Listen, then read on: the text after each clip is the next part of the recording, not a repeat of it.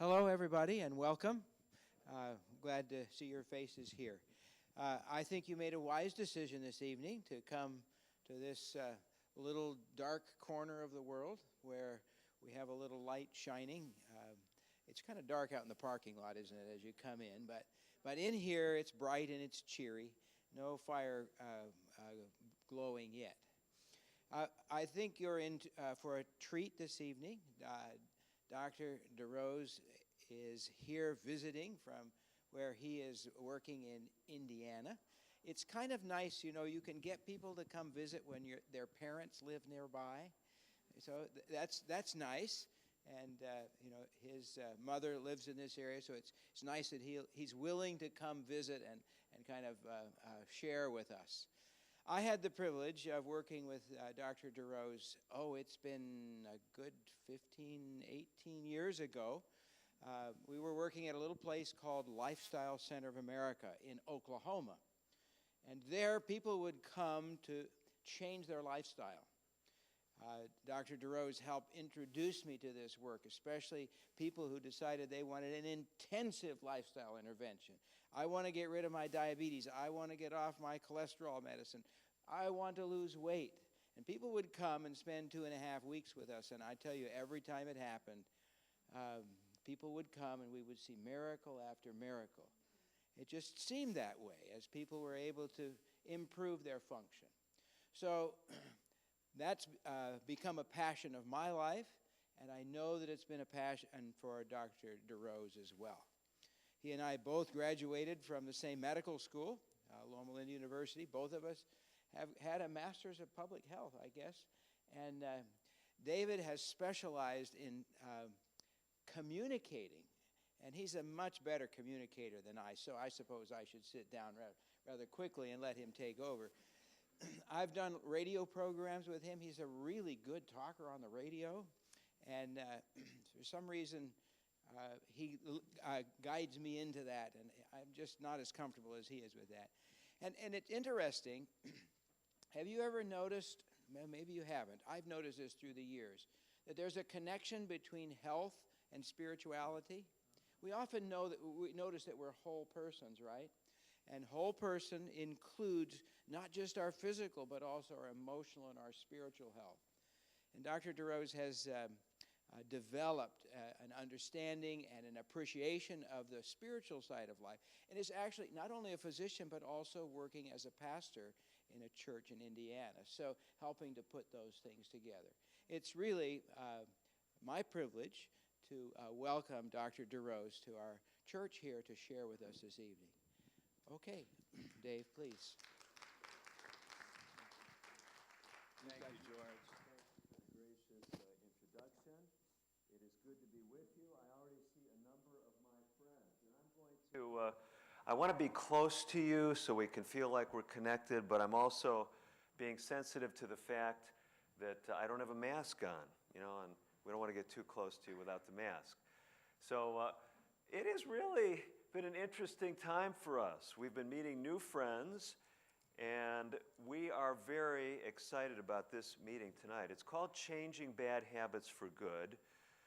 Probably, 20 years ago or so, we first recorded this series because we realized that so many people felt like they knew what they needed to do when it came to their lifestyle, but they just weren't doing it. They couldn't connect the dots. How can I really follow a lifestyle for the rest of my life that's the one that I need to follow and not just the one I grew up enjoying? So that's what's behind tonight's presentation. We also have some things for you, both free resources, and we do have some of our materials for sale and back. So they're all specially priced here, so you're welcome afterwards to pick those up. If you want them signed by a famous author, Dr. Guthrie is willing to sign my books. So, I wanted to say you should have brought some of your books too. That was on the back of my mind, but I didn't mention it.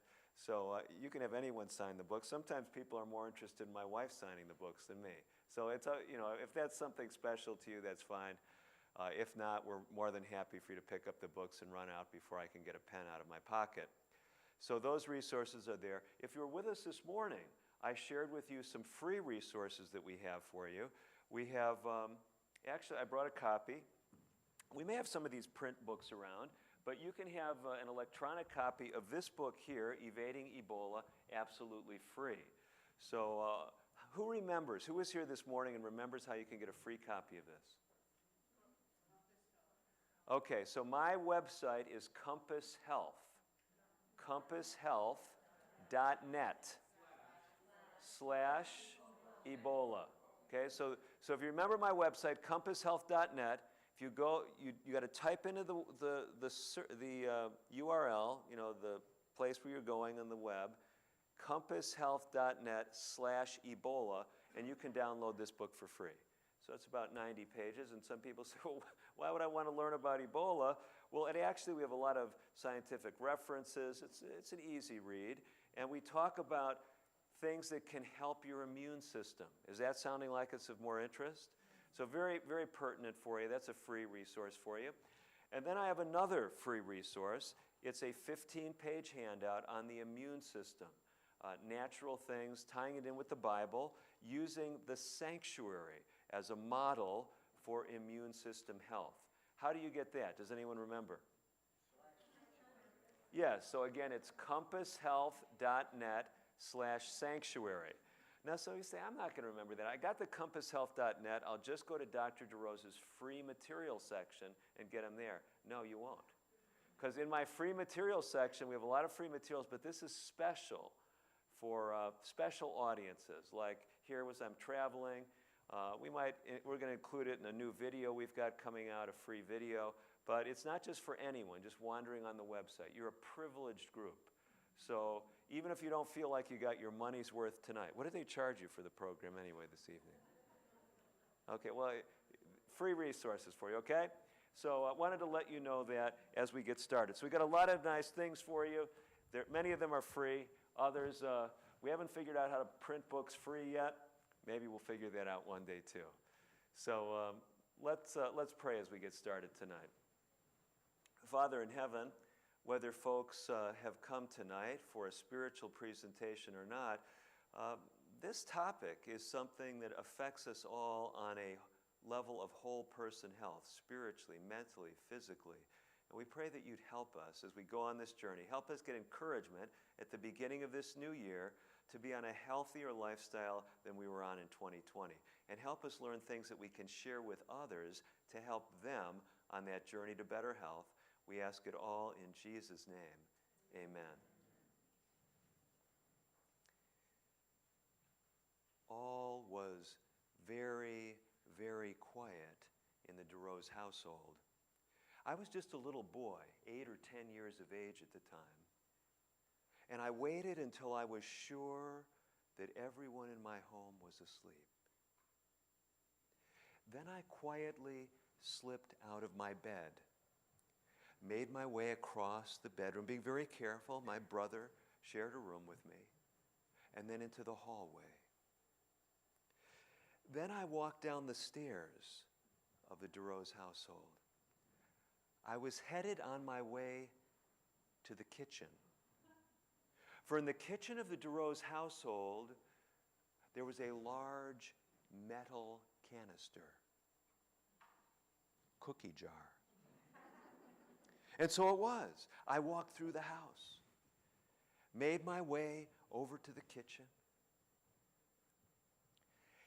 And as I got closer and closer to the object of my desire, in my mind I knew, when you deal with that metal jar, you've got to be very, very careful because it can make noise. And so ever so carefully, I lifted up the lid. David, what are you doing in that cookie jar? I jumped too. It was Mom. And Mom had caught me in the cookie jar. And she gave me a message that went something like this. David, don't you know that eating cookies in the middle of the night is not good for you? Now, I didn't realize it at the time, but a connection was developing in my brain. Tastes good, bad for me. Now, in that very same DeRose household, I had two parents that loved me very much, and by all indications, they still do. We were just in their home. Both my mother and father are still alive. They're living in the Villages. So we were with them, was it just yesterday? Boy, a lot has happened since then. And they still fed us food that actually is very good food. Well, when I was a boy, I didn't necessarily have appreciation for the things that they thought were good foods.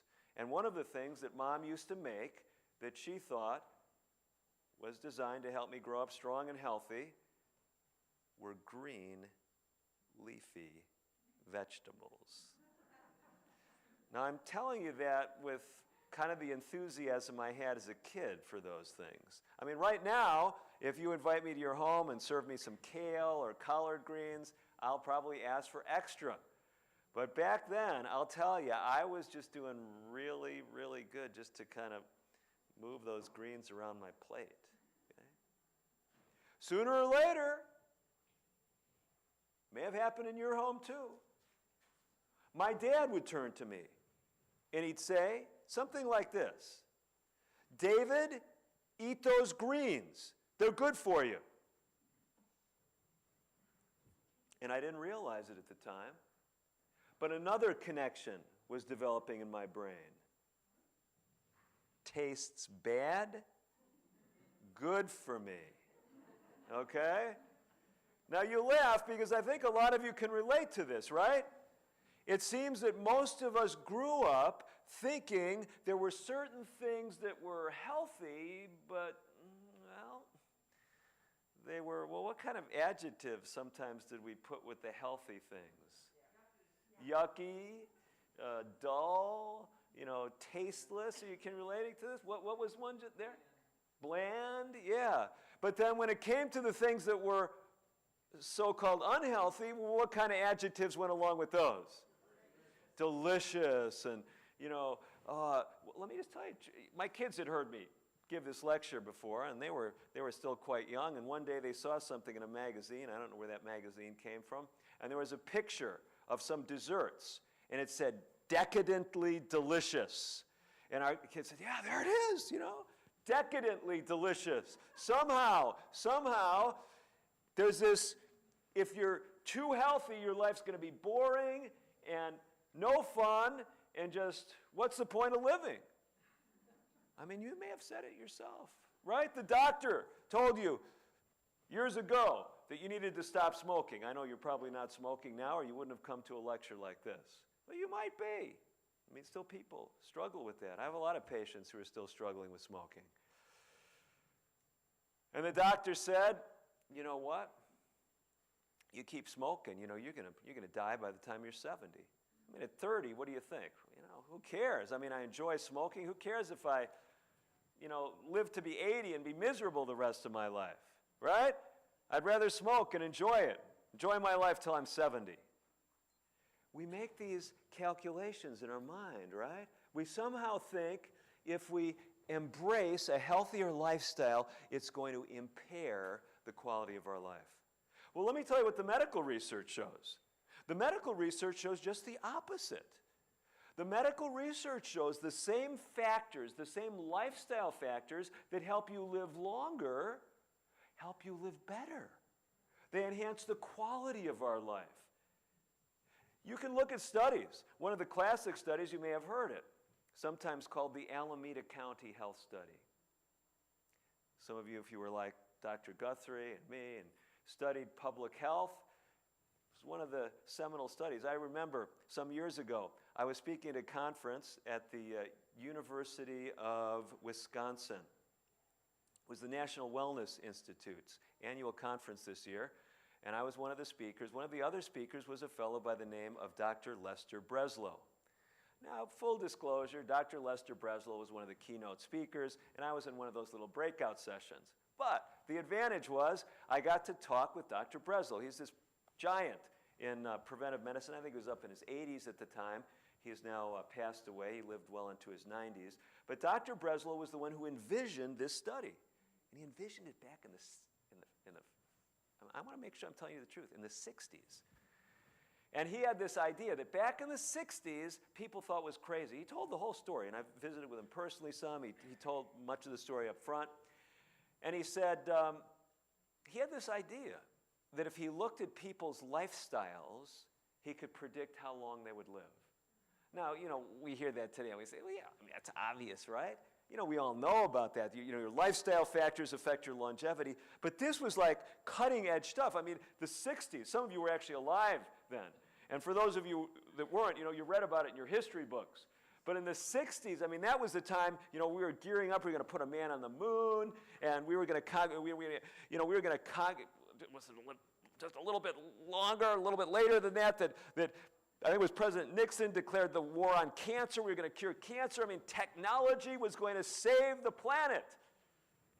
Who was concerned about how you ate or how you lived or what difference that made? Anyway, as Breslow told the story, folks from the National Institutes of Health came out. It was in the old days. They weren't worried about conflict of interest and they were eating together. They're talking to Breslow about his vision. He wanted funding from the NIH for this project. And at the end of 3 days, all these researchers visiting with him, they said, Breslow, you're crazy. We're not giving you a penny. Well, fortunately, the National Cancer Institute, a few years later, something that Breslow said had stuck with them. They called him up and they said, are you still interested in doing that study? And they funded it. And so the Alameda County Health Study there in the Bay Area of California was instituted. And in 1970, when the data came out, they showed amazing survival benefits.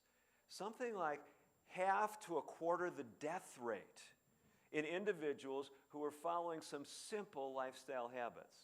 Simple things. I mean, you've heard about them. Not smoking, regular physical exercise, watching your weight, eating breakfast regularly, not eating between meals, getting 7 to 8 hours of sleep per night, avoiding alcohol in excess. Now we know it's better to avoid it totally, but that's what they published in that study. And people said, wow, this is just like amazing stuff. And you're all sitting here tonight saying like, well, why is he telling us this? I mean, everybody knows that. Why I'm telling you that is as you listen to me talking about it, you say, here's just another doctor saying the same stuff. I mean, what is he talking about? That's going to make my life miserable. I hate eating breakfast. And he said, exercising? I hate that. He's just telling the same stuff that we've always heard. I can either be happy or I can be healthy. Well, hang in there. Let me tell you what happened. As they followed that population in Alameda County over time, it was what we call a longitudinal study, they actually found something interesting. They looked at rates of disability. They looked at quality of life. And you know what they found? They found the people that embraced those healthy lifestyle habits had the best quality of life. They had the least disability. So think about this. This is what the science has shown. Many other studies have revealed this. You don't have to choose between being healthy and being happy. The same lifestyle that helps you live longer helps you live better. What do you think about that? So we should say, well, if it's just one lifestyle that helps us live longer and better, well, what lifestyle should we embrace? The best lifestyle, right? But here's a problem. We're creatures of habit, right? And unfortunately, most all of us grew up or developed, I'm not going to blame my parents here. I'll tell you a little bit about my lifestyle. And this is really not on my folks. I developed a real sweet tooth growing up. Now, I know some of you probably you never heard anything like this, but I could not go to sleep at night unless I had some sweet food, okay? I had to have my cake or my cookies or my ice cream. Now, I know some of you are about ready to walk out. You thought, well, what is this guy, what is he going to tell us? I mean, I thought this guy was, some kind of healthy doctor, and he was eating that kind of stuff. Well, there's other things I should tell you about my lifestyle. Actually, it's really interesting growing up. Some of you may find this hard to believe, but I learned before all this, worries about, they're tracking you on your cell phones. There were no cell phones when I was growing up, but they were tracking me somehow because I kept going to this restaurant, and every time I drive by, they were tracking how much I was eating, because first it said something like 1,000 sold, and then it said, millions sold, and then it said billions sold, and they had these like golden, what do they call them? Yeah, you relate to this? Okay, so I was frequenting the fast food restaurants. I'm eating the junk food. I know some of you are looking just mystified. What is he talking about? But anyway, my point is simply this. I was not following a healthy lifestyle. But yet, there came a point in my life as a young adult where I was starting to realize that I was really not on a good trajectory as far as my health. This may sound hard to believe with such a good lifestyle, I was having terrible digestive problems. Could any of you imagine it? Okay? And sometimes, terrible, I'd miss work, I'd miss school, terrible pain, and, I'm begging the doctors to do surgery on me. I was just miserable at times because of what? I didn't connect all the dots, but it was how I was living, okay? And so, I'll tell you the truth, because we're here in a church. I don't always tell this part of the story. But God was getting my attention. And he was telling me that he had a better way for me to live. But I really didn't like what he was saying, because I knew what some of those problems were. I knew one of them was all that sugar I was eating. And so, I'm going to tell you one of the secrets to behavior change. And it's one that I had to put into practice myself. It's making clean breaks with things that are problems for you. Now, some of you are saying, what are you talking about? Well, I'll tell you what I did. I made a clean break with all the sugar. So that meant no ice cream, no cookies, no cake. I started reading labels. If it had sugar in it, what did I do? I didn't eat it. Now you say, well, wow, that was just crazy. I mean, how could you live? Well, it's surprising. The Lord helped me to implement that decision, and something happened very interesting. Over time, my tastes started to change. Fast forward several years, and I found myself in medical school. And like Dr. Guthrie said, I was at Loma Linda University in Southern California, and I found myself as part of a singing group. Now, some of you didn't realize that I was a singer. Well, let me tell you who the people were that I would sing for. We had a group, and we would sing to people that back in that day and age, I don't know if it's politically correct to use this terminology today, but we called them shut-ins. Okay? So these were what you call the ultimate captive audience, okay? So these were people that were in nursing homes, or they were in, a group home, and limited mobility usually. So our group would come and we'd sing in these various places. They didn't have real high standards of music, and they seemed to be appreciative typically. Well, one day, we were singing in a place we'd never been before. It was a home. There were a couple of it was a family that took care of elderly individuals that had disabilities. And I didn't realize it, but this family was so touched by our music ministry. Okay? So this, some of you want a music ministry and no one else likes you to sing in church. Well, just, think about this in the future. Anyway, so we're singing there, and these people are so moved that unbeknownst to us, two of them slipped into the kitchen. They pulled out a large silver platter and then some festive party plates. They put the plates on the platter, and then on each plate, they put some cookies and ice cream. Okay? And here they come, out with the platter while we're singing. And of course, what's the platter for? It's for the singers. It's an expression of their appreciation. Now, some of you say, okay, now here's the litmus test. Dr. DeRose, you're talking to us about health. We know, even though you're a medical student, here's your opportunity. You are going to give your first health lecture right here. Well, so as I'm looking at that, I'm sure I was praying, and I felt the Lord wanted me to act like a gracious recipient of their hospitality. Now, some of you are thinking this is a bad decision. Others of you are thinking, Well, this guy may have some credibility as a doctor, but definitely not as a pastor after this story. But anyway, I'm just telling you what happened. And as I'm sitting there, I really didn't want to eat the stuff, okay? So I looked at the fellow next to me who was not a medical student. He was a bona fide MD, already had his medical training. Very sharp guy, because I noticed when no one else was looking that his cookies from the plate vanished into his pocket. I followed suit.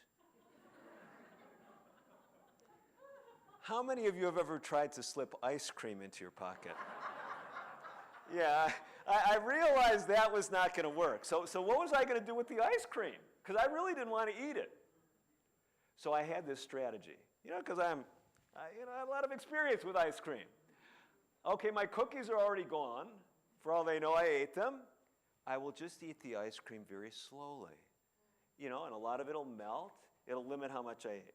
So here I am eating what used to be one of my favorite foods.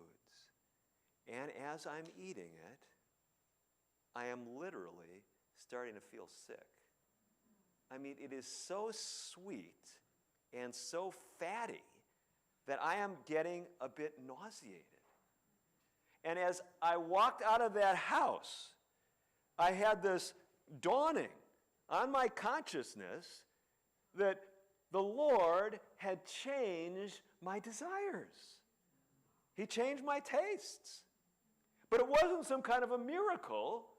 There's thousands of patients who've gone through the same journey. And you can look at papers. We have actually one of the classic studies on sodium intake in our blood pressure book. How they showed that when people dramatically decreased their salt intake, over time, their preference for saltiness decreases. By the way, when it comes to salt preference, how long does it take? Let's say you dramatically decrease your salt intake. Let's say you cut it in half, which is a lot. How long will it take before you enjoy just as much the new low-salt diet as compared to the higher salt diet you used to consume? What does the research show? Any of you have any idea? Okay, a week, that's a good guess. Anyone want to go with 3 days? 3 weeks. 3 days? Anyone want to go higher? 3 months. Who said that? Have you read my book? That's exactly right. It's 3 months, okay? 3 months. So don't think this necessarily happens overnight. So here's my point, though. Think about it this way, because it dawned on me finally one day. I said, now wait a minute. God seems to have created me with an amazing capacity. God seems to have created me with the ability to choose what I will enjoy. Right? Because, I start eating this different way, and then I start to like that just as much as I like the other stuff, right? So it started to dawn on me, now, wait a minute. If God has created me with the ability to choose what I will enjoy, this may just sound crazy to you, but let me just tell you the thought that went through my mind. The thought went through my mind, well, why don't I just pick the best way to live? If I can choose to enjoy anything, well, why not just pick the best way? Does that sound too unreasonable to you? So think about it tonight as we're looking at 2021. If you understand what I'm trying to communicate with you tonight, you actually have the ability in 2021 to say, I'm going to rewrite the script. I'm going to develop a different lifestyle. I'm going to finally get on a program that's going to help me lose those 20 pounds that I've been carrying, that I've been trying to get off, but I haven't been able to do it. Or maybe it's 50 pounds or 100 pounds. By the way, I didn't notice any of you in the audience looking like you needed to lose 100 pounds. But you notice I'm not looking at anyone right now. Sometimes when you talk about certain things, even though they train you to try to look at the audience, I've learned when I talk about being overweight, you're better off looking at the podium or at the floor, because otherwise someone's going to walk out after the lecture and they're going to say, Dr. DeRose, why when you were talking about overweight did you keep staring at me? Okay, so I don't know what you're dealing with, but my point is simply this, that you can develop new enjoyments. But I got to tell you this. there's some surefire ways to sabotage your ability to develop new enjoyments. And let me tell you about the most dangerous one. The most dangerous one can be summarized in a single word. That word is reward. Reward. And now don't misunderstand me. There's actually nothing wrong with appropriate rewards, okay? But I'm talking about the kind of ways that we typically reward ourselves. I mean, it's crazy, really, when you think about it. Someone says, well, Dr. DeRose, I'm trying to make a clean break with potato chips. Now, by the way, I'm picking things like chocolate and ice cream and potato chips because they're things that people have told me over the years that were problem foods for them. So listen, if all you have is 3 potato chips at your birthday party every year, I'm not saying you need to make a clean break with it, okay? But if you're the type of person, if you're trying to wonder what those problem foods are, if you're the one who says, I'm going to have 5 potato chips with my meal, and then you just have 5 more, and then just 5 more, and before you know it, all the potato chips in the house are gone, this is an indication it's a problem food for you, okay? Same deal with anything else, okay? You have trouble controlling your consumption. That may be something that you want to make a clean break with. Fair enough? So, I'm not globally speaking about these things, but come to the illustration of the potato chips, okay? And we're talking about rewards. So this person says, you know, I went to Costco, and they had on sale the 24-pack of potato chips. And I said, this is great. This will last me for 2021. And you didn't touch them, you know, the first day. And then the second day, you said, I'm going to save it. I'm going to only eat them on special occasions. And then the third night, you were laying in bed. You're home all alone. Your wife and kids were gone somewhere. And, I mean, this was terrible. I mean, can you imagine? You're laying in bed, and you just had this terrible thought. I mean, what happened if they were selling all those potato chips so inexpensively because they were stale? You know? You know, and so you said, you know, I better at least try them. I mean, I can't sleep. I mean, that's bad for your health, right? I'm thinking about this, so let me at least try the potato chips. Just make sure they're okay, right? I mean, you're not doing it, you don't really want to eat them. You're just doing it because you don't want to serve your guests stale potato chips. And so you go ahead and you open a bag up. They're not stale. No, you're right, they're not stale. And so you've already opened the bag, right? So you might as well finish them. And so you polish off the... Now wait a minute, this was not just a regular 24 thing of potato chips. There were other flavors in there. I mean, you've already messed up. It's already, in the middle of the night, you've got a bag of potato chips. Well, you might as well at least try some of the other flavors because you don't want to be eating potato chips all the time. Well, by the time the next morning comes around, I don't know how many bags are still left, if any. Okay, now that might be an extreme example, but here's my point. If that person says, I got to make a clean break with potato chips, and then after a month of no potato chips, they say, you know what? I've done so great, I'm going to reward myself. And what are they going to reward themselves with? Potato chips, how would they do that, right? And you say, I'd never do that, Dr. DeRose. That's why right now, my problem isn't potato chips, it's Snickers bars, okay? So this year, when 2021 came, I realized it was probably a problem. The doctor said I needed to lose 200 pounds. He said my diabetes was out of control, my blood pressure was off the charts, and he thought, as he looked at my dietary history, he thought that the 8 Snickers bars a day was probably contributing to some of my problems, okay? So I said to myself, you know what? I'm going to cut down on the Snickers. And I'm going to go down to 1 Snickers bar a day. How many of you think that would be just a huge boost to his health, to go from 8 bars to 1 a day? How many of you think that would be good? Yeah, I mean, that would be tremendous. How about if he went from 8 bars a day to 1 a week? What do you think of this? I mean, wouldn't that just be... I mean, what happened to his blood sugar and his weight and all these things? How many of you think that's moving in the right direction? Now, I'll be honest with you. If you're my patient, you tell me a story like that, I'm generally going to congratulate you for the progress you're making. But Do you realize that when you cut back, you can actually be deepening the habit rather than breaking free from it? Let me tell you how it works. You see, when you start cutting back from something, start denying yourself, real interesting dynamic starts to happen for many people. Instead of before never really thinking about Snickers bars, you just ate them whenever you wanted, about 8 a day. Now what are you thinking about all day long? Snickers bars, right? And you cut back to 1 a week. What's happening? You eat, you enjoy that Snickers bar. You're going to have a special treat on the Sabbath, okay? And so you eat your Snickers bar, and then what starts happening? You start looking at your watch. 6 days, 23 hours, and 10 minutes, and I can have my Snickers bar.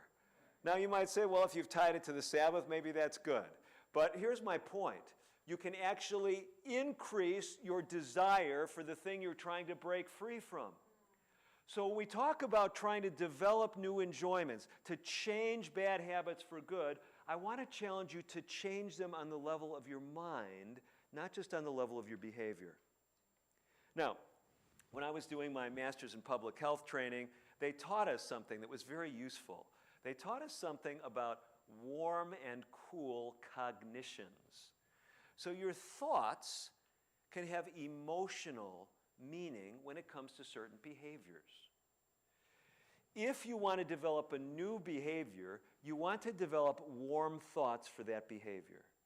And if you want to distance yourself from a behavior, you want to think cool thoughts to the behaviors you are trying to leave behind. Let's go back to our illustration. Some of you are saying, well, I get the chocolate thing, but I don't like Snickers. Let's say you've got a problem with chocolate, okay? And you decide, okay, I'm going to make a clean break with chocolate. I got the message. I'm not going to cut back. I'm going to make a clean break.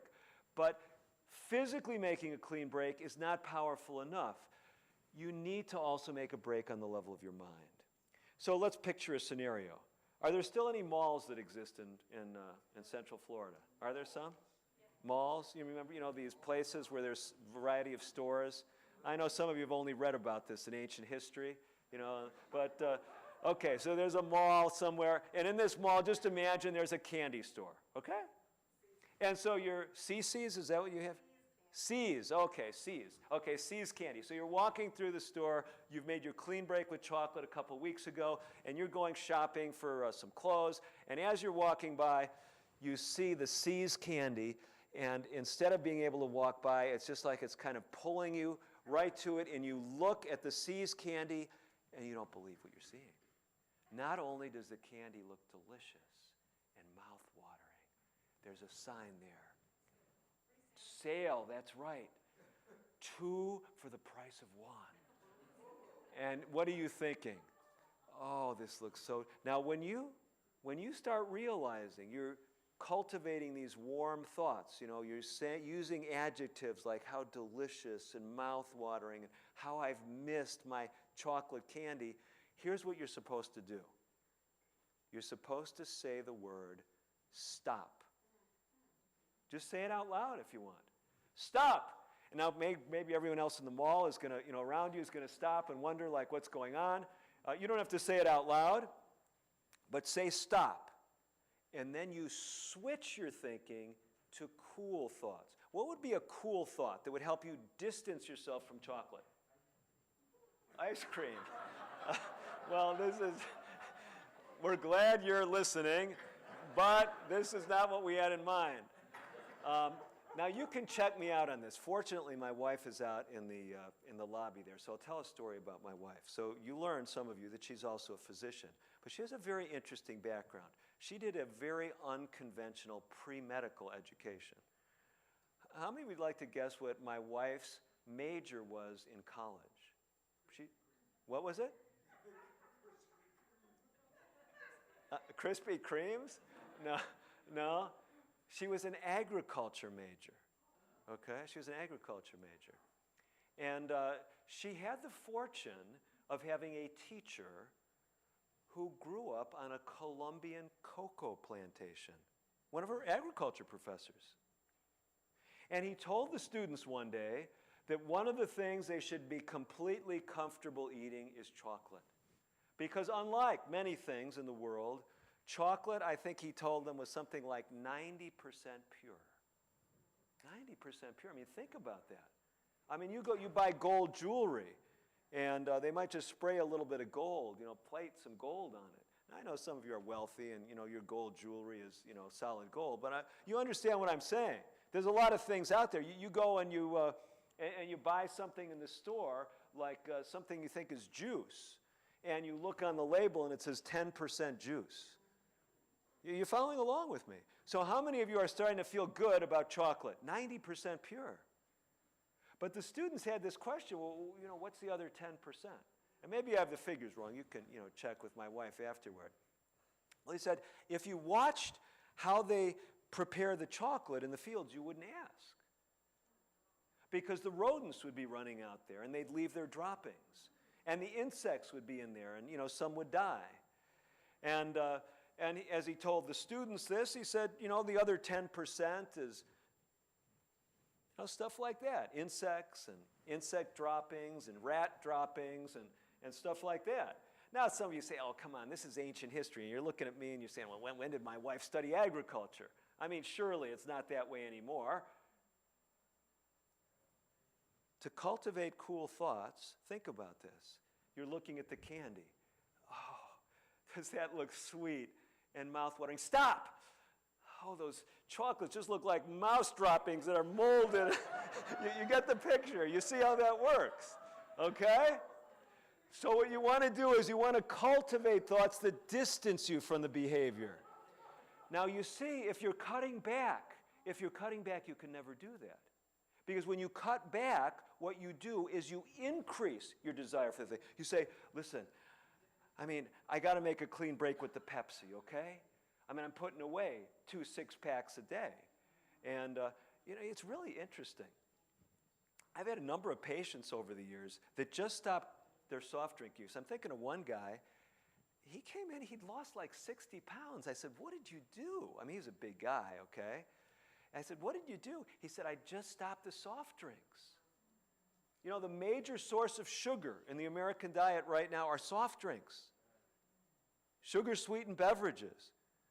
So anyway, but you say, I'm going to make a clean break with the Pepsi, but no, that's too radical. DeRose sounded kind of radical. I'm going to cut back, okay? Just 1 Pepsi a week. But what happens on a mental level? If you're still doing it, what are you thinking?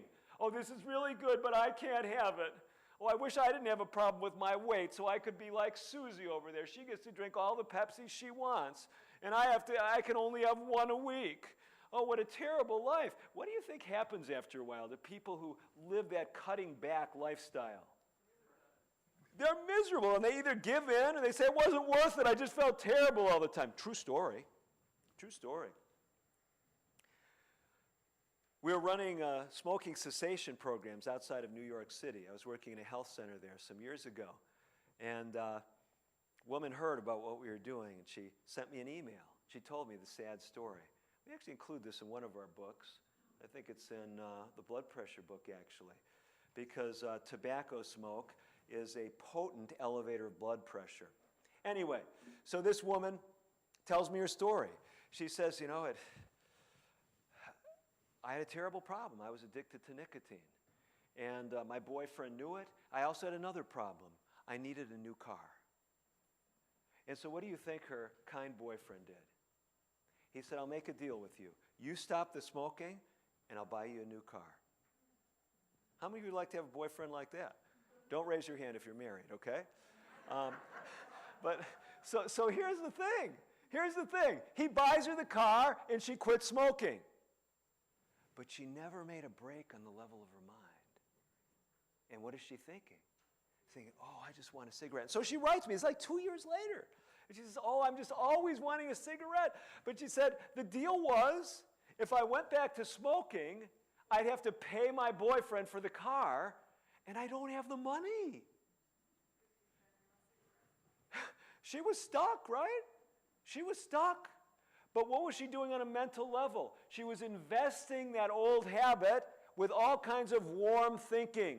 So what I'm trying to help you see tonight is if you want to change your lifestyle, and I'll tell you because we're in a church, ask the Holy Spirit to guide you as to what he wants you to change.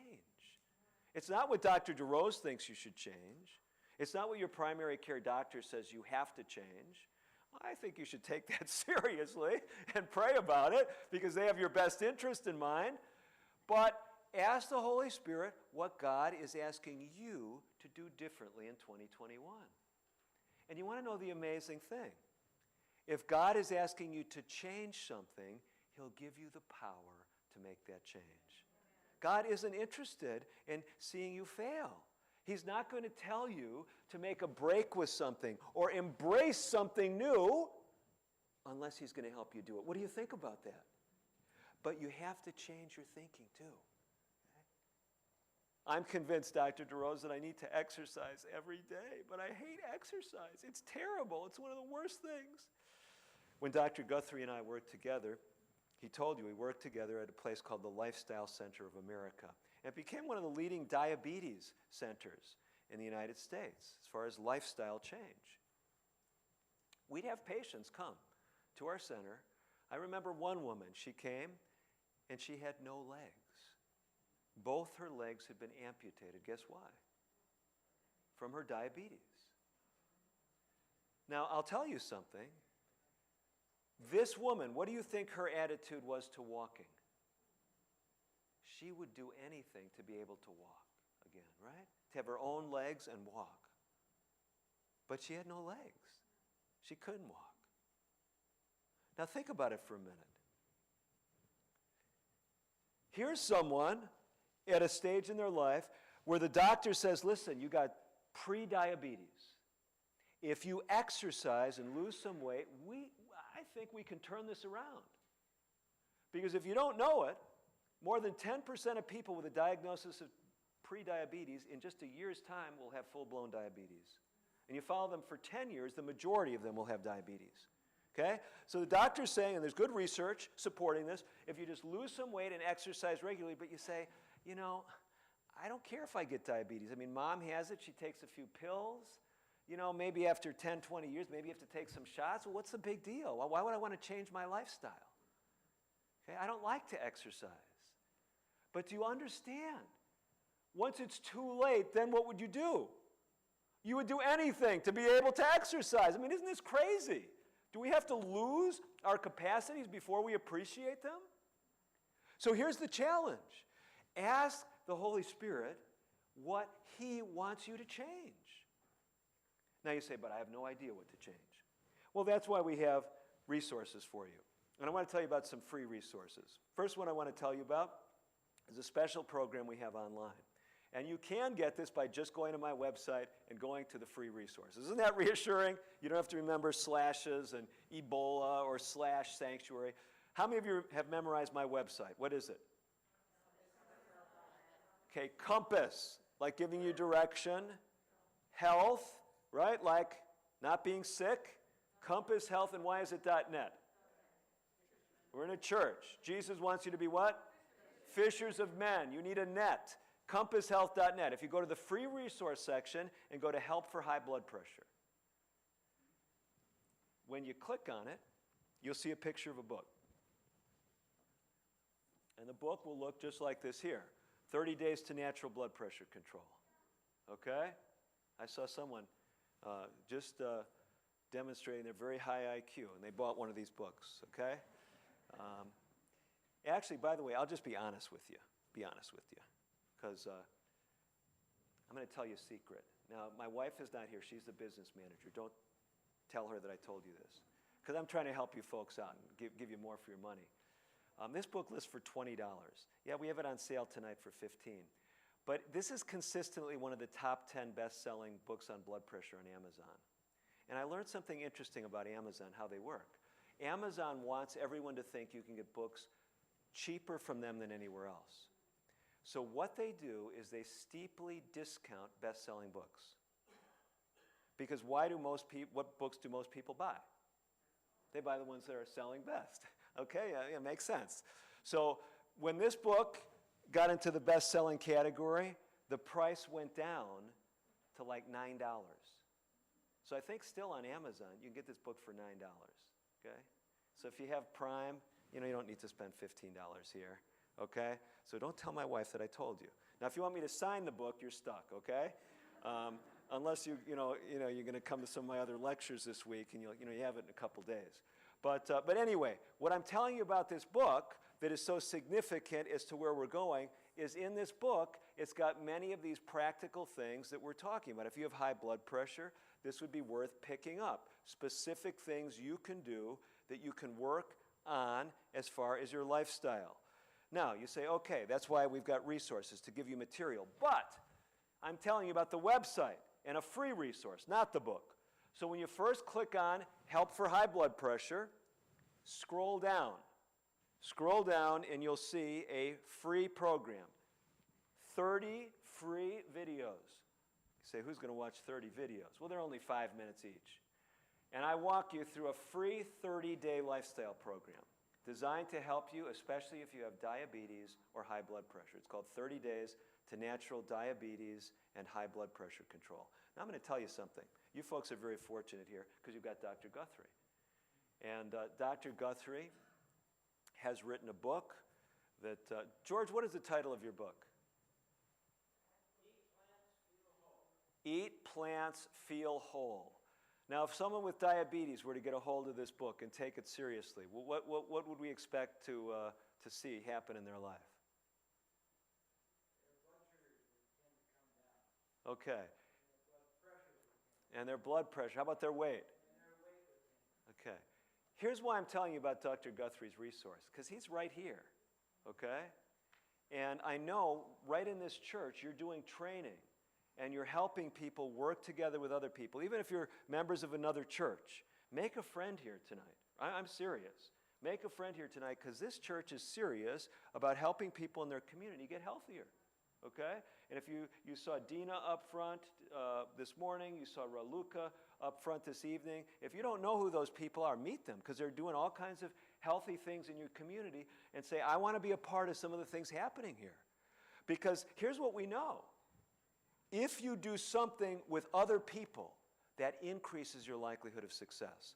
So it doesn't matter whether you use our free videos, whether you buy our books, whether you buy Dr. Guthrie's book, whether you come to other lectures, do it with other people. Now today, people are saying, well, I don't need to do anything with other people. I'm afraid I might catch something from them. Well, I'm not saying you can't catch something from someone, but I'm going to tell you this. If you want to be on the best lifestyle, do it with other people. So you're going through my free videos online, 5 minutes a day. We're going to give you a specific challenge, okay? Each day, a specific challenge. Say, hey, I'm going to call Grandma in California, or I'm going to call Uncle in Michigan. You can go through this program with anybody, anywhere. You can watch the videos separately. You can watch them together if you want, simultaneously, and then talk about it. But go through the journey together. Meet once a week and discuss what you're doing. And I can guarantee you, because I see what's happening here at this location, and I can guarantee you that this church is going to have opportunities for you to improve your health in 2021. Take advantage of those. Don't do it all on your own. Now, some of you are saying, well, you got me interested. What are the challenges in this 30-day program? Well, why don't we consider it? We actually put them in this book here, The Methuselah Factor. So the Methuselah Factor book you can use alongside those free videos. We actually have some videos that are designed to go along with this book, too, that we have for sale. But every day, the last 30 chapters here are a day-to-day program of how to improve your health, improve your circulatory health, improve your mental performance, your physical performance. Give me a day between 1 and 30, and I'll tell you what the daily challenge. Every day has a specific. What day? 27. Okay. Let's find day 27. Day 27 is a very interesting day. I don't know why you chose that one. The title of the day's lesson is Befriend Some Biologicals. And here's the challenge. Consider adding a medically validated Methuselah Factor enhancing supplement to your daily regimen. So although these are lifestyle-based programs, there is a place for supplements. And in this book, actually I open with a story. Maybe I'll read it to you. For 5 years, a 28-year-old African woman who I'll call Armel had been afflicted with progressive neurologic complications. She was plagued by burning sensations on her back and upper chest, numbness and tingling in her arms and legs, and foot and hand weakness. In addition, Armel suffered from insomnia and irritability. Over those 5 years, Armel was seen by numerous health institutions for which she had been treated for diverse pathologies, but experienced no abating of her symptoms. This neurologically challenged young woman was finally evaluated by health professionals at the Grace Community Health and Development Association in Kumba, Cameroon, West Africa. There, Armel was diagnosed with B12 deficiency. Because injectable B12 was not readily available in Kumba, she was treated with high-dose oral supplementation, 2,000 micrograms daily. After only 1 month of such treatment, Armel's symptoms improved dramatically. So what do you think one of the supplements that might help people is that we talk about in the book? Vitamin B12. So this is really interesting, and Dr. Guthrie has a lot of expertise in this. Pull him aside sometime, and he'll share more than I know about it. But vitamin B12 has the most complex absorption of any vitamin. And a lot of people used to think, well, boy, I don't want to be a vegetarian. They get into problems with B12. I got news for you. The largest number of people, the majority of people in the United States who have B12 deficiency are eating animal products, okay? It's not just a vegetarian problem. As we get older, we often don't absorb B12 as well. And so here's the point. Many people, in fact, we recommend, it's such an inexpensive supplement, why don't you just take a B12 supplement? And we recommend you chew it or dissolve it in your mouth for best absorption.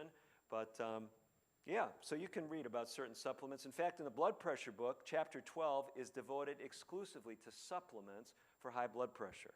And some of those things, these are all adjuncts because the real power is in lifestyle, okay? But supplements can help.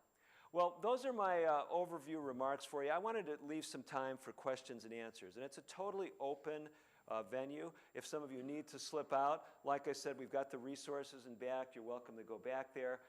Maybe I should mention just what we have back there. I've told you about the 3 books that we brought along. The Methuselah Factor. Some of you are still wondering why we call it the Methuselah Factor. Who knows who Methuselah was? That's right. He was the man who lived the longest on this planet, according to the Bible. So how many of you have ever seen any blood work from Methuselah? Okay, we have no record of any blood work. But because of his longevity, I'm convinced he had to have very good, what we call hemorrheology. It means very good blood fluidity. In this book, we talk about how you can optimize your blood fluidity, your circulatory health. And people say, well, yeah, that relates to heart attack and stroke. But we show you how it has an impact on cancer, how it has an impact on vision health, how it has an impact on physical and mental performance. So the first 13 chapters of the book tell you why circulatory health is so important, this Methuselah Factor. And then we show you the last 30 chapters, a day-by-day program, how to improve it. So we have the book. We have a companion video series. Some churches are using that. They're about 5 or 10-minute videos, and they might show them once a week, go through the series in half a year. They might show them as part of an evening series. There's different ways you can use those videos. So the Methuselah Factor videos and the book are available in back. We have a number of other programs, video programs in back for purchase, but then we have a lot of free videos online. So I'm just trying to challenge you to plan to do something this year for your health. Try to include other people in the process. Don't be afraid to make clean breaks, and let the Lord change your mental outlook on things, okay? Not investing those warm thoughts into the things you're trying to leave. Cool thoughts for those things, warm thoughts for the new habits you're trying to develop. And that's why we have resources, to try to fill your mind with positive things for the things that are healthy and will make you happy long term, and things that will help you distance you from the things that are harmful. So what questions do you have tonight? Dina? Mm-hmm. Please, please.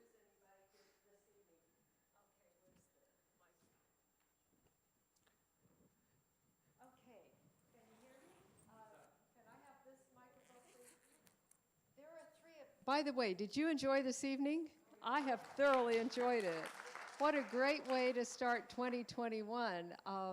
This is Take Charge of Your Health. We have regular events here at the church, and we want you to hear about every one of them. But I was kind of expecting I don't know, a PowerPoint lecture, and you took us down a lot of fun pathways tonight. Good, okay. And I've really picked up some tips that I don't like weights. I don't like doing resistance training. And I've noticed I always speak negatively about it.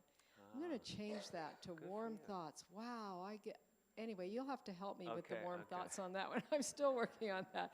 Haven't figured out how to manufacture those, but that's a good challenge. I know my husband had a big thing about ice cream. He just loved ice cream. And then in the MPH, the Masters in Public Health program, he learned what happens in your gut and what happens when you eat that ice cream and where it goes and how quickly it goes straight to your hips, from your lips to your hips. And he said every time he'd get this craving for ice cream, that mental picture would go through his brain and he'd think, no, I don't want it. Because he programmed his brain to think that cold thought about that wonderful ice cream. But anyway, we want to stay in touch with you. So what we're going to invite you to do, in front of you are cards like this. They say prayer cards, but we'll use them for something else tonight. If you are not on our mailing list, our email list, we would like for you to be able to get in touch with us by giving us your, right here at the bottom of the card, there's name, address, phone number, email. And then if you'll put that down in such clear lettering that a child of 8 years old could clearly read it, that would be a big help. You don't know how many times I'll look at something and think, what is that? And I can't tell. So make it super clear. We'll put you on our email list. We don't share that email list with other people. It's just for the Take Charge of Your Health programs that we have coming out of here.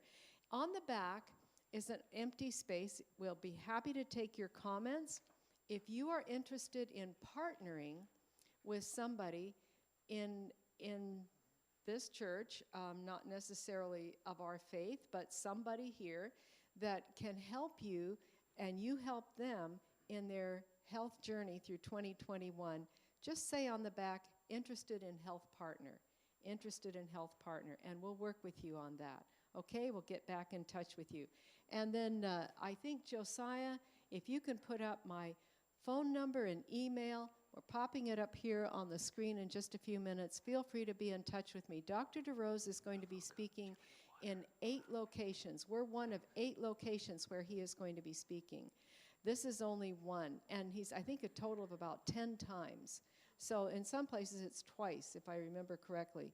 So please, we want, if you have not received from us an outline of how to access those videos either online, archived later, or where to go in person, please, when Josiah puts it up here, feel free to get in touch with me either by phone or by email, and we'll send you the information you need to get online. Raluca, am I forgetting anything that you can think of? This is Raluca. I'm Dina George. We're the team leaders for Take Charge of Your Health, and we work with another great team in our church group. So please take us into questions and answers. I wanted you to have a chance to get started on this. No, that's great. So let me see if you keep the mic, please. Remember, I'm a radio host, so I'm always listening. Did you give out the information that was needed? What are people going to be putting on those cards? Thank you. Hey, thank you. You can give me more than one if you're in a giving mode. Thank you. So what do they need to put on the card? We need, right here in this little, everything it calls for in this little section at the bottom, we need your name, all in print, please. Your address is optional. We need your telephone, the one that you answer the most quickly and easily, and your email address. So an 8-year-old can read it clearly. Okay, thanks. And then when you're done with these, I should say, we're going to have some little baskets here at the front and also out in the foyer. Wherever you see one of these little baskets, we would ask you to just fold this up in half and drop it in the basket. That's how we will collect them. If you would like to give a donation for tonight's lecture, that would be highly appreciated as well. Airline tickets aren't free, and rental cars aren't free, so anything that you would like to contribute towards the evening is appreciated but not required. Okay, so just to give you a little bit more lay of the land, we're going to take questions for about 20 minutes, so we'll finish at 8.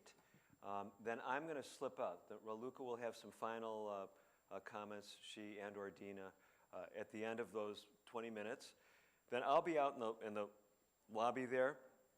If you have individual questions, if you want me to sign anything, if you want to ask me personal things, just realize there'll probably be some other people around. If you have something that's very personal, I'm not going to leave until the church kicks me out. So if you want to, and I think some folks have already told me, I think you're in line for a personal visit. So if you want to line up, just talk with, what is your name? Clarence? Larry. So talk with Larry, and you'll be next in line after Larry. If you want a personal visit, maybe we'll slip in here after everyone's left, and I'm happy to talk with you. So Joe has the mic. All you got to do is get his attention. You can ask whatever question you'd like. I see a hand over here.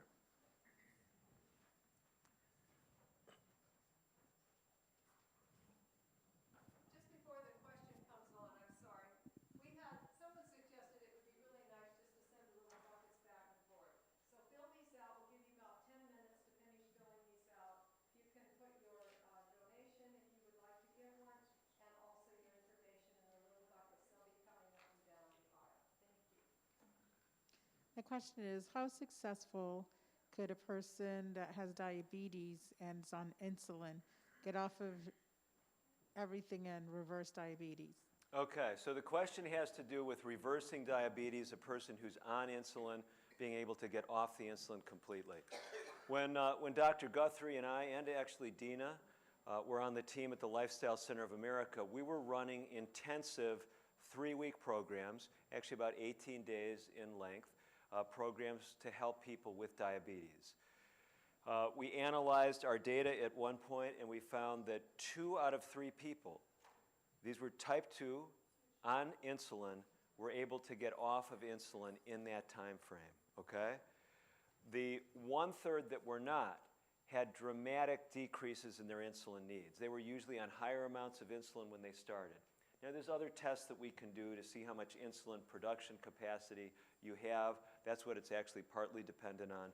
But really, the answer is, with serious, intensive lifestyle change efforts, many people, even on insulin, can get off the insulin and can actually have better blood sugar control. So a very encouraging message. And Dr. Guthrie is actually a leading figure in this whole dialogue nationally and internationally.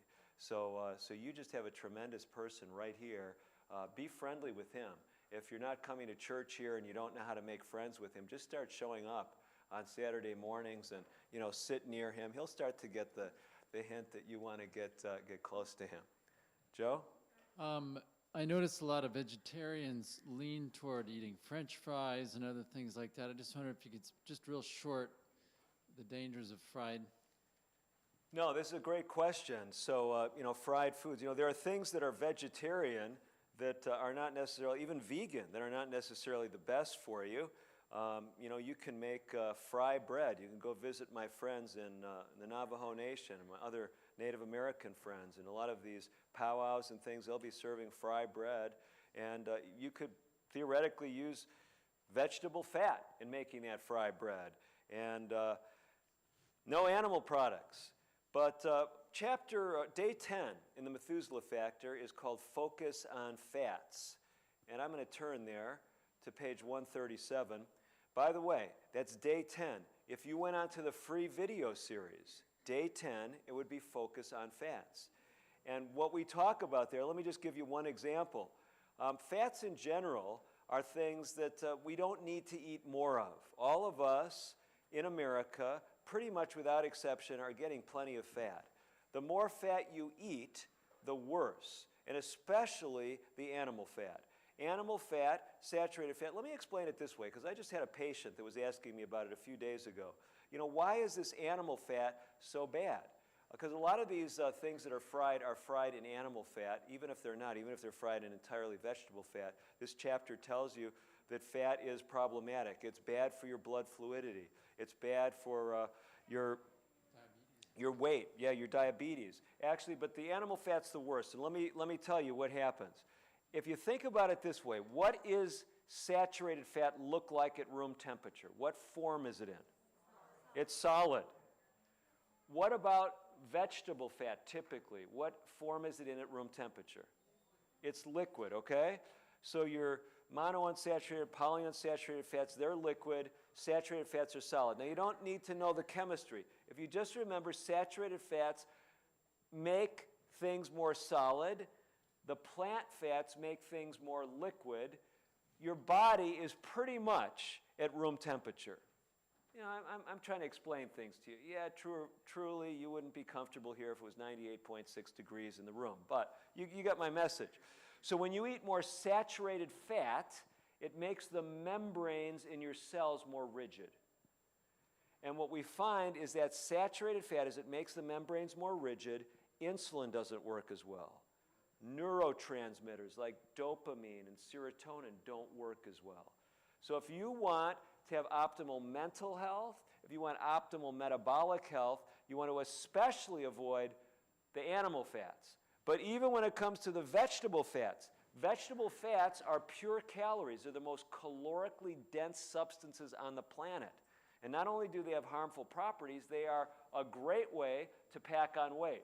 Now, I know there's a few people in the room who are trying to gain weight. I would still advise you not to gain it by eating more French fries, okay? But if you're trying to lose weight, one of those calorie sources that you want to leave out are those fats. So try to avoid the fats as much as possible. And the fried fats, the superheating, alters the structure of the fat, makes it much more damaging to the body. Okay, what about other questions tonight?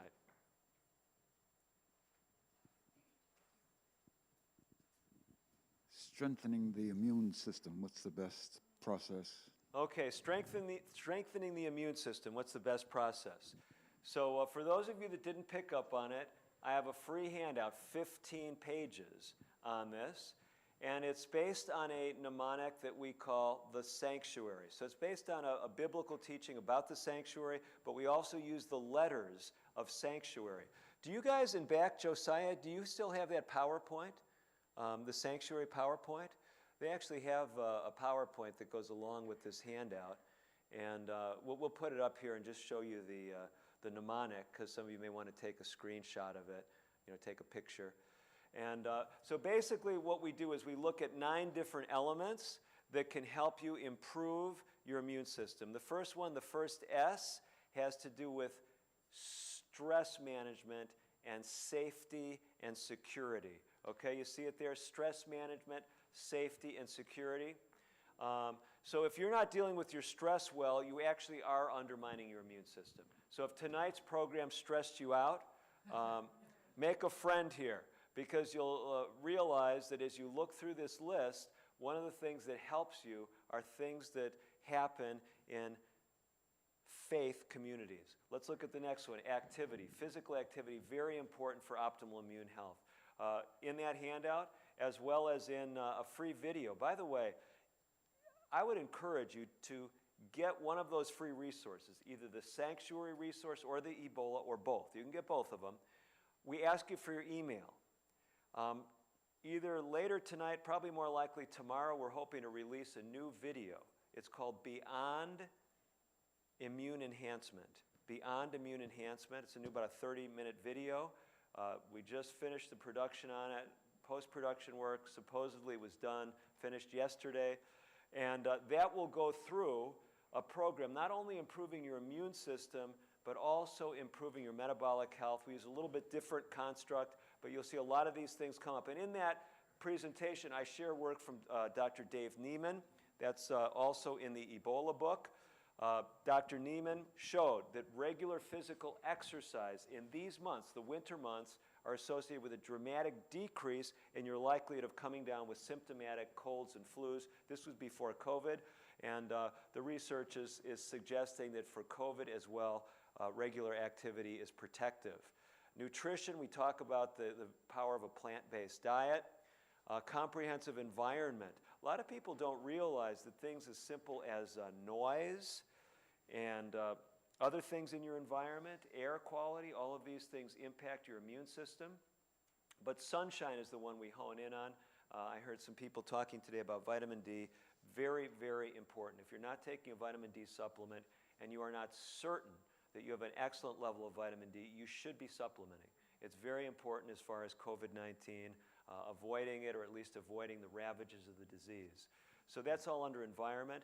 You'll notice here there are things like thanksgiving, yearning, and hope. Some of these spiritual things, they're actually connected with a healthy immune system. And we share information about that in the handout. Useful work. So you say, well, how's that different than physical activity? When you do useful work, productive things, when you go out and work in your garden, there is not only physical benefit, there is mental health benefit, and there is motivational benefit. So try to find things that you can do that are practical. One practical thing you can do also is sharing with others, being involved in other people's lives. I don't know how strongly to recommend this today, but if I picked up on something earlier today, Raluca, there's going to be a training in this very church. Is it the afternoon of the 30th? Do I have that date right? So that's, I'm just looking at my watch here. It's got a calendar on it. It's 2 weeks from today. Is it 2 o'clock? Is that the time? 2 to 5. They're going to be actually, this is what I heard. You tell me if I heard it right. You're going to be getting people together in groups and coaching, like training them on coaching skills and helping them work together to health goals. I mean, this is tremendous.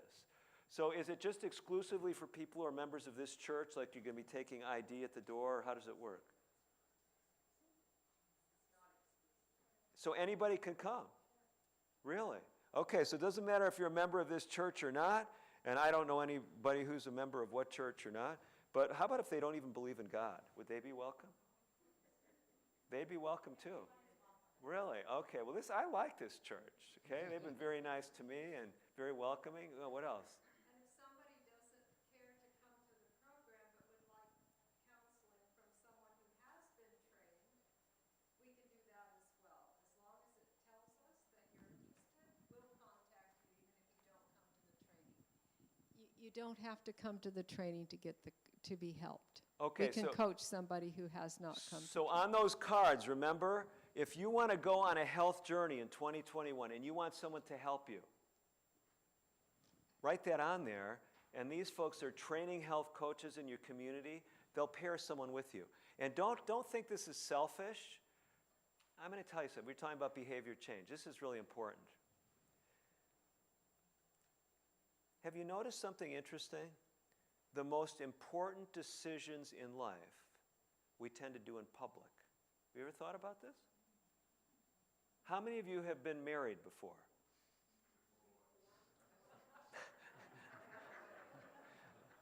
How many of you got married in public, or did you do it in secret? Well, you know, I don't know if you know this, but the data isn't really good for marriages being successful. Are you aware of this? You know, a lot of marriages fall apart. So don't you think it'd be better if we just all got married in secret? If we were going to get married, do it in secret. Don't let anyone know. That way, if the marriage breaks up, I mean, why don't we do that? Because we value that relationship. We do it in public before witnesses, right? Now, this church here, I was looking around. I noticed they've got something back here. I don't know if any of you noticed this, but I did. I noticed this thing back here. Do you know what they got back here? That's a baptistry. They actually baptize people. You know, like Jesus was baptized. You know, they went under the water, and John the Baptist brought him up. I know I grew up in a church where they said, you know, you could just sprinkle me when I was a little baby, but that's not, you know, from the Bible. They were well-meaning, those folks. They were good folks. But this church here, they actually have people make a decision. They want to follow Jesus, and they go into that baptistry. Wow, it's even lit up. That's amazing. Does the light go on when I touch that panel? Is that how it works? Okay, so listen where I'm going with this. I just want to know, because I've never been to a baptism in this church. So when you have a baptism, this is a true story, by the way. I had a fellow who wanted me to baptize him just a little while ago, and he's very shy. And so he wanted the baptism done in private. Okay? So let me ask the question here first, then I'll tell you what I did for this fellow. Do you baptize in private here, or do you do it in public? in public. Why do you do that?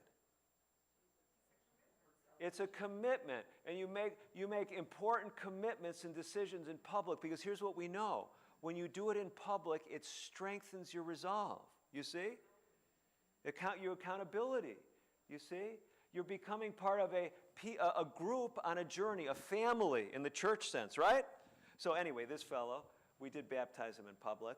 We encouraged him. You know, it's COVID-19, not as many people coming to church.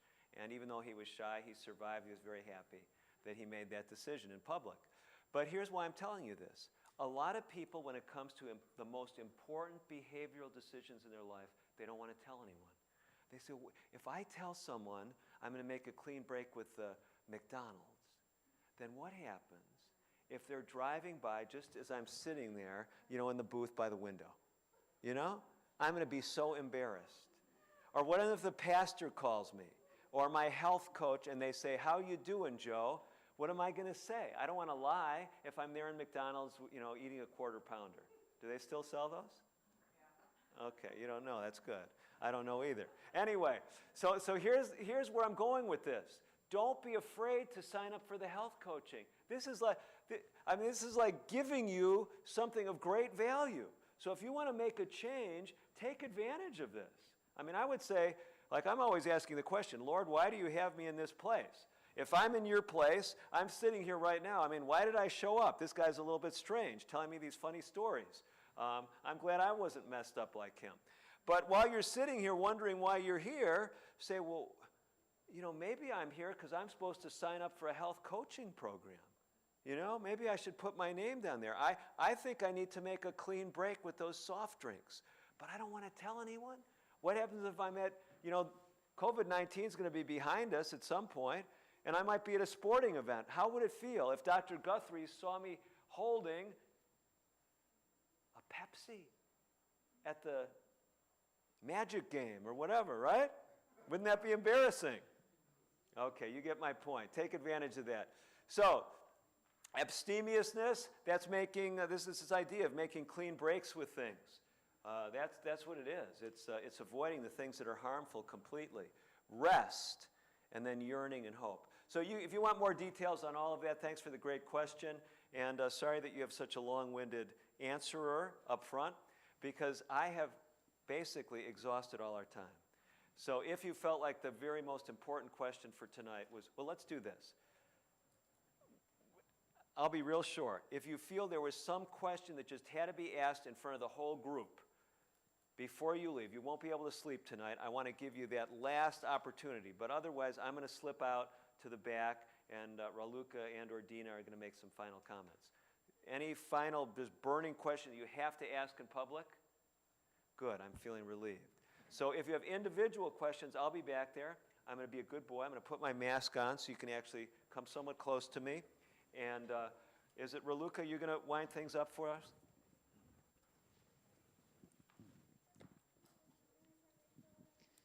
I have to say I am